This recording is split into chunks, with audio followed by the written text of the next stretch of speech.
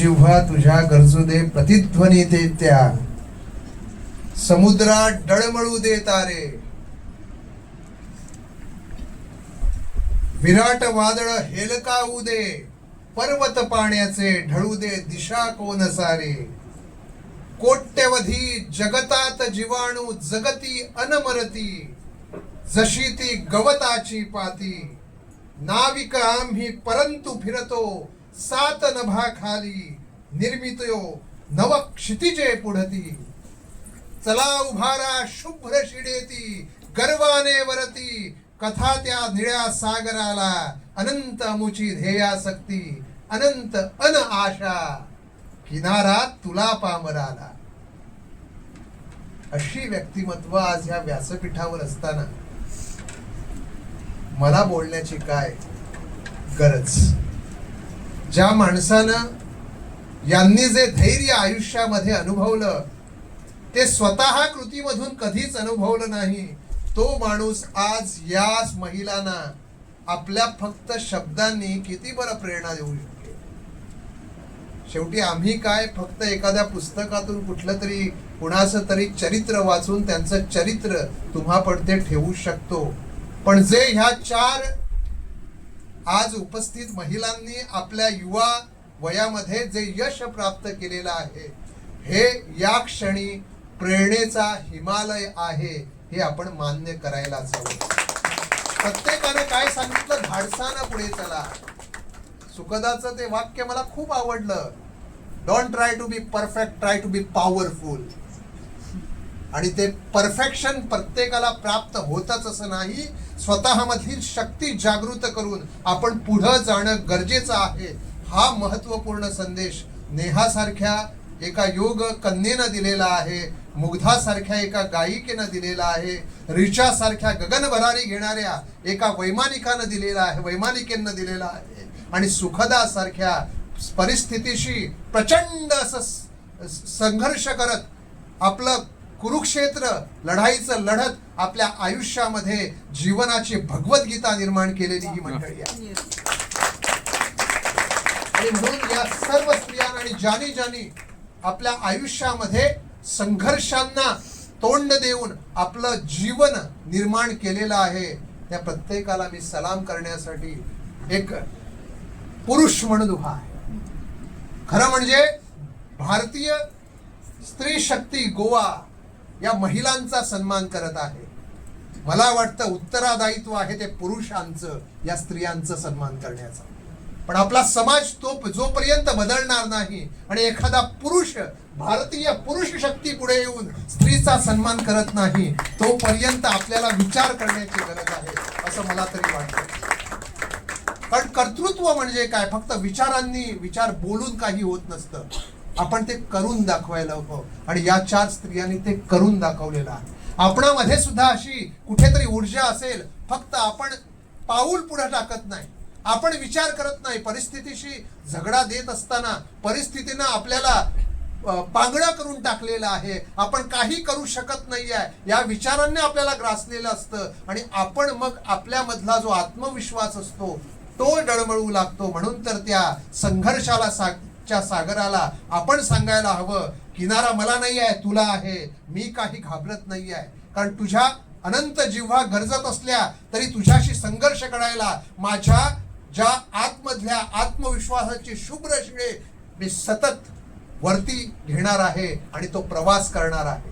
आणि हे सगळ्यांनी दाखवून दिलेलं आहे. प्रत्येकानं ते करणं गरजेचं आहे. कारण एक स्त्री काय करू शकते हे प्रत्येक पुरुष जाणून असतो, पण बोलून दाखवत नसतो कधी. कारण आज मी सुद्धा एक पुरुष म्हणून जर माझं कुठेतरी नाव प्राप्त झालेले आहे, त्यामागे सुद्धा स्त्रियांचा त्याग आहे हे मी अनेक वेळा सांगून जातो. मला वर काढणारी माझी आई आहे. एखाद्या ओहळामध्ये शाळेत जात असताना, ओहळामध्ये चौथीला असताना मी ओहळामध्ये पडून खाली जवळजवळ 50-60 मीटर वाहून गेलेला माणूस आहे. ज्या वाहून गेलेल्या त्या विद्यार्थ्याला उचलून काढणारी माझी बहीण आहे. 50-60 मीटर पुढे जाऊन त्या पाण्यात उडी टाकून वर काढणारी माझी बहीण आहे. आणि म्हणून स्त्री शक्ती काय करू शकते हे आपण पाहतो, कारण आपण अशा देशामध्ये आहे की जिथं एखादी स्त्री आपलं पावित्र्य जपण्यासाठी किंवा आपल्या पातिव्रत्य जपण्यासाठी चितेमध्ये उडी टाकण्यास घाबरत नसते. सतीचा विषय बाजूला ठेवून द्या, कारण ती एक चांगली प्रथा नव्हती, पण त्या सतीच्या विषयावेळी सुद्धा अग्नीमध्ये नुसता चटका लागला तर आपण घाबरतो, पण आपलं कर्तव्य म्हणून त्या अग्नीमध्ये पाय रोवण्यासाठी सज्ज असलेली स्त्री हे सामर्थ्याचं, हिमालयाचं वर्णन आहे या भारतभूमीचं, असं मी म्हणेन. परंतु कारण स्त्री घाबरत नसते आपल्या कर्तव्याशी. कर्तव्य तत्पर स्त्री ही खरं म्हणजे भारताचं प्राबल्य आहे, आणि म्हणून त्याच कर्तव्यदक्ष स्त्रीच्या प्राबल्यावर हा भारत पुढे जात आहे हे आपण मानायलाच हवं.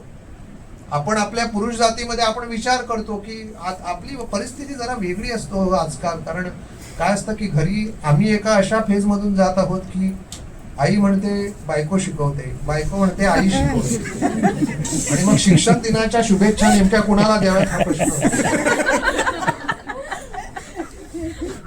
पण प्राबल्य आहे सगळीकडे. आणि अशा विश्वामध्ये आपण योगिनी मातांच्या शब्द जाणून घ्यायला हवे. प्रत्येक स्त्रीनं आपल्यामधलं कर्तृत्व, सुखदानं काय सांगितलं, मुग्धानं काय सांगितलं, किंवा नेहानं काय सांगितलं, टीचानं काय ठरवलं, बी युअर सेल्फ. दुसऱ्याबाबत विचार करू नका, दुसऱ्या कसं नाही, मला काय वाटतं, मी कशी आहे, मला काय आवडतं. Be your self, transform yourself and then transcend yourself. These are the main three things in life what one should understand. आणि म्हणून तो ट्रान्सेंड यायला हवा, ट्रान्सफॉर्मेशन यायला हवं. कारण आपण अनेक वेळा म्हणतो की आपण दुसऱ्यासारखं बनण्याचा विचार करत असतो. नाही, स्वतःचं अस्तित्व, स्वतःचं प्राबल्य समजून आपण आयुष्यामध्ये जो प्रवास कराल तो स्वतःसाठी कराल.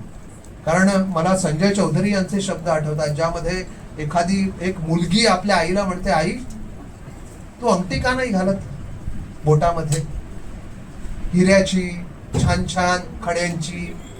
ती म्हणते, बाळा माझ्या या बोटाभोवती तू तुझं बोट धर बघू, आयुष्यातली त्याच्यासारखी सुंदर अंगठी दुसरी नाही आहे. मग ती म्हणते, आई तू माळ घालत काय का नाही घालत, सोन्यानं म्हटलेली तुझ्या गळ्यात. तर ती म्हणते, बछड्या तुझे दोन्ही हात घालून तुझं आलिंगन माझ्या गळ्याभोवती दे, त्याच्यासारखा सुंदर मौल्यवान दागिना अन्यत्र दुसरा नाही.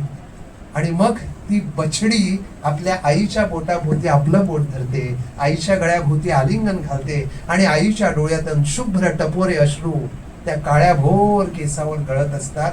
आणि त्याच वेळी आई सांगते की आपल्या हातून जे येतात, आपल्या आतून जे येतात तेच दागिने ल्यावे आणि सजावे.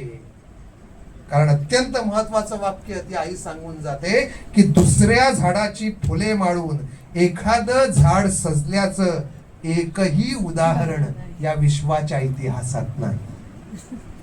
आपल्याला दाखवता येतं का दुसऱ्या झाडाची फुलं दुसऱ्या झाडानं माळून आपल्या आयुष्यामध्ये झाड सजलेलं आहे? नाही. फुलं माळावी स्वतःची, जरी उद्या कोमेजून जात असतील, पण नवी कळी ही उमलेलच उमलेल. म्हणून आपण आयुष्यामध्ये स्वतः राहावं, आणि म्हणून कुणाचाही विचार करू नये. यांनी काय सांगितलं, जग भलं काहीही म्हणत असेल, पण मला काही त्याची चिंता नाही आहे, कारण मी काय करते याचा मला परिपूर्ण विश्वास आहे, आणि त्या विश्वासानं मी पुढे जाणार आहे. म्हणून तर अब शेवटी मी एकच सांगतो, कोणी नसलं तरी चालेल तुझी तू राहा, कोणी नसलं तरी चालेल तुझी तू राहा, फक्त तुझ्याच डोळ्यांनी तुझं जग पहा. हास जेव्हा ओठ हसतील, रड जेव्हा डोळे रडतील, हसण्यावर अश्रूवर तुझीच सत्ता ठेवून राहा. तुझी कोणी असेल कोणी नसेल, तुझी तू राहा. मुसळधार सरी येतील, तुझा अंगार विझवू बघतील. तुमच्यामध्ये एक अंगार आहे. मुसळधार सरी येतील, तुझा अंगार विझवू बघतील. विझणाऱ्या ठिणगीवर फुंकर घालीत राहा. कुणी नसेल कुणी नसेल, तुझी तू राहा. काटे जरी बोटात रुततील, फुपाट्यात पावले जळतील, फक्त तुला आवडणारीच फुले वेचीत राहा.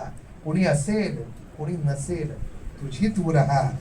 उसने मुकुट कोणी घालतील, बघा संजीवनी बोकील यांचे शब्द आहे.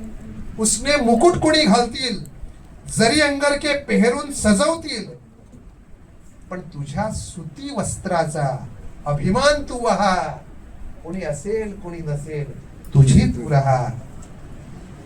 मग कुठेतरी कमळे फुलतील, मग कुठेतरी कमळे फुलतील, सुगंध घेऊन वारे येतील. तुझ्या मोकळ्या गळ्यातले गीत तोवर तू गात राहा. कुणी असेल कुणी नसेल, तुझी तू राहा. फक्त तुझ्याच डोळ्यांनी तुझं जग पहा. इतकाच संदेश या चौघांना, संदेश नाही, या चौघांना संदेश देण्याची माझी पात्रता नाही आहे. त्यांना फक्त वंदन करावं आणि ज्या उभरत्या पिढीला इतक्याच गोष्टी सांगून, खरं म्हणजे आज भावनाविवश करून टाकलेलं आहे या व्यासपीठानं. मला खरं म्हणजे बोलण्याचीच इच्छा नव्हती या अत्युत्तम अशा विचार प्रदर्शनानंतर. तर या कार्यक्रमामध्ये मला आज इकडं तुम्ही जो बहुमान दिलात तो माझ्या आयुष्यामध्ये ज्या ज्या स्त्रीनं मला यशस्वी केलेला आहे त्यांचा हा सन्मान आहे असं मानून त्यांना तो सन्मान बहाल करतो आणि तुम्हा सर्वांचे भारतीय स्त्री शक्तीचे मनःपूर्वक आभार व्यक्त करतो.